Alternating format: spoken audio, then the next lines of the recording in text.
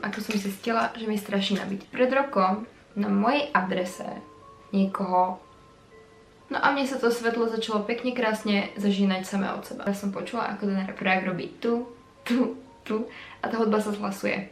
Ja som tam len sedela na tej posteli, pozerala som sa tou vitrinkou cez tie sklenené dvere a hovorila som si, že OK. V jeden moment sa mi tam stalo to, že tá televízia išla, ona sa stopla, ostala stopnutá treba z 15 sekúnd a potom sa zapla sama. Počas toho telefonátu ja som tie dvere mala otvorené a začali sa tie dvere pomaličku zatvárať. Ma zobudilo to, že taký ten pocit, ako keby na vás niekto pozerá, som nad sebou videla ako keby proste siluetu. Dosť s elektronikou sa tam diali naozaj na pravidelnej bázi, mne sa random zamykal telefón, televízia sa mi random stopovala a odstopovávala. Kedy ja som stala z postele, zobrala som si kabelku, doklady, peňaženku, slúchatka, mobil, kľúča a išla som